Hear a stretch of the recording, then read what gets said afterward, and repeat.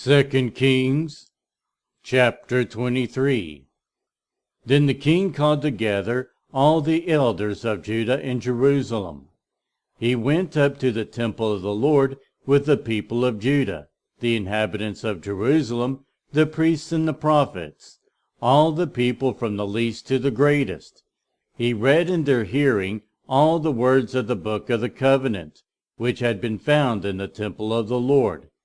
The king stood by the pillar and renewed the covenant in the presence of the Lord, to follow the Lord and keep his commands, statutes, and decrees, with all his heart and all his soul, thus confirming the words of the covenant written in this book. Then all the people pledged themselves to the covenant. The king ordered Hilkiah the high priest, the priest next in rank, and the doorkeepers, to remove from the temple of the Lord all the articles made for Baal and Asherah and all the starry hosts. He burned them outside Jerusalem in the fields of the Kidron Valley, and took the ashes to Bethel. He did away with the adulterous priests appointed by the kings of Judah to burn incense on the high places of the towns of Judah and on those around Jerusalem, those who burned incense to Baal, to the sun and moon, to the constellations, and to all the starry hosts. He took the Asherah pole from the temple of the Lord to the Kidron Valley outside Jerusalem and burned it there. He ground it to powder and scattered the dust over the graves of the common people. He also tore down the quarters of the male shrine prostitutes that were in the temple of the Lord, the quarters where women did weaving for Asherah. Josiah brought all the priests from the towns of Judah and desecrated the high places, from Geba to Beersheba, where the priests had burned incense. He broke down the gateway at the entrance of the gate of Joshua, the city governor, which was on the left of the city gate. Although the priests of the high places did not serve at the altar of the Lord in Jerusalem, they ate unleavened bread with their fellow priests. He desecrated Topheth, which was in the valley of Ben Hinnom, so no one could use it to sacrifice their son or daughter in the fire to Molech. He removed from the entrance to the temple of the Lord the horses that the kings of Judah had dedicated to the sun. They were in the court near the room of an official named Nathan-Melech.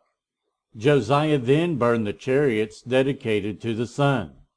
He pulled down the altars the kings of Judah had erected on the roof near the upper room of Ahaz, and the altars Manasseh had built in the two courtyards of the temple of the Lord. He removed them from there, smashed them to pieces, and threw the rubble into the Kidron Valley. The king also desecrated the high places that were east of Jerusalem on the south of the hill of corruption, the one Solomon king of Israel had built, for Ashtoreth the vile goddess of the Sidonians, for Shamash the vile god of Moab, and for Molech the detestable god of the people of Ammon. Josiah smashed the sacred stones, and cut down the Asherah poles, and covered the sites with human bones. Even the altar at Bethel, the high place made by Jeroboam son of Nebat, who had caused Israel to sin, even that altar and high place he demolished. He burned the high place and ground it to powder, and burned the Asherah pole also. Then Josiah looked around, and when he saw the tombs that were on the hillside, he had the bones removed from them and burned on the altar to defile it, in accordance with the word of the Lord proclaimed by the man of God who foretold these things. The king asked, "What is that tombstone I see?" The people of the city said, "It marks the tomb of the man of God who came from Judah and pronounced against the altar of Bethel the very things you have done to it." "Leave it alone," he said. "Don't let anyone disturb his bones." So they spared his bones and those of the prophet who had come from Samaria. Just as he had done at Bethel, Josiah removed all the shrines at the high places that the kings of Israel had built in the towns of Samaria, and that had aroused the Lord's anger. Josiah slaughtered all the priests of those high places on the altars, and burned human bones on them. Then he went back to Jerusalem. The king gave this order to all the people: "Celebrate the Passover to the Lord your God, as it is written in the book of the covenant. Neither in the days of the judges who led Israel, nor in the days of the kings of Israel and the kings of Judah, had any such Passover been observed. But in the 18th year of King Josiah, this Passover was celebrated to the Lord in Jerusalem." Furthermore, Josiah got rid of the mediums and spiritists, the household gods, the idols, and all the other detestable things seen in Judah in Jerusalem. This he did to fulfill the requirements of the law written in the book that Hilkiah the priest had discovered in the temple of the Lord. Neither before nor after Josiah was there a king like him who turned to the Lord as he did, with all his heart, and with all his soul, and with all his strength, in accordance with all the law of Moses. Nevertheless, the Lord did not turn away from the heat of his fierce anger, which burned against Judah, because of all that Manasseh had done to arouse his anger. So the Lord said, "I will remove Judah also from my presence, as I removed Israel.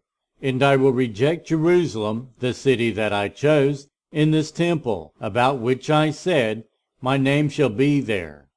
As for the other events of Josiah's reign, and all he did, are they not written in the book of the annals of the kings of Judah?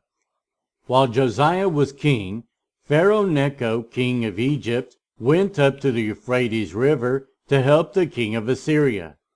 King Josiah marched out to meet him in battle, but Necho faced him and killed him in Megiddo. Josiah's servants brought his body in a chariot from Megiddo to Jerusalem and buried him in his own tomb. And the people of the land took Jehoahaz, son of Josiah, and anointed him and made him king in place of his father. Jehoahaz was 23 years old when he became king, and he reigned in Jerusalem 3 months. His mother's name was Hamutal, daughter of Jeremiah. She was from Libnah.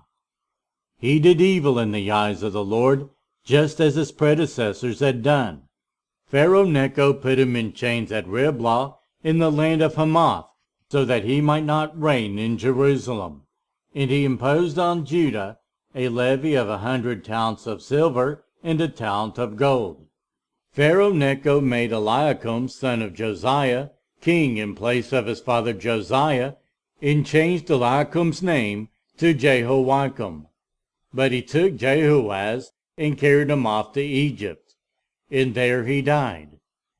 Jehoiakim paid Pharaoh Necho the silver and gold he demanded. In order to do so, he taxed the land and exacted the silver and gold from the people of the land according to their assessments. Jehoiakim was 25 years old when he became king, and he reigned in Jerusalem 11 years. His mother's name was Zebidah, daughter of Pedaiah. She was from Ramah. And he did evil in the eyes of the Lord, as his predecessors had done.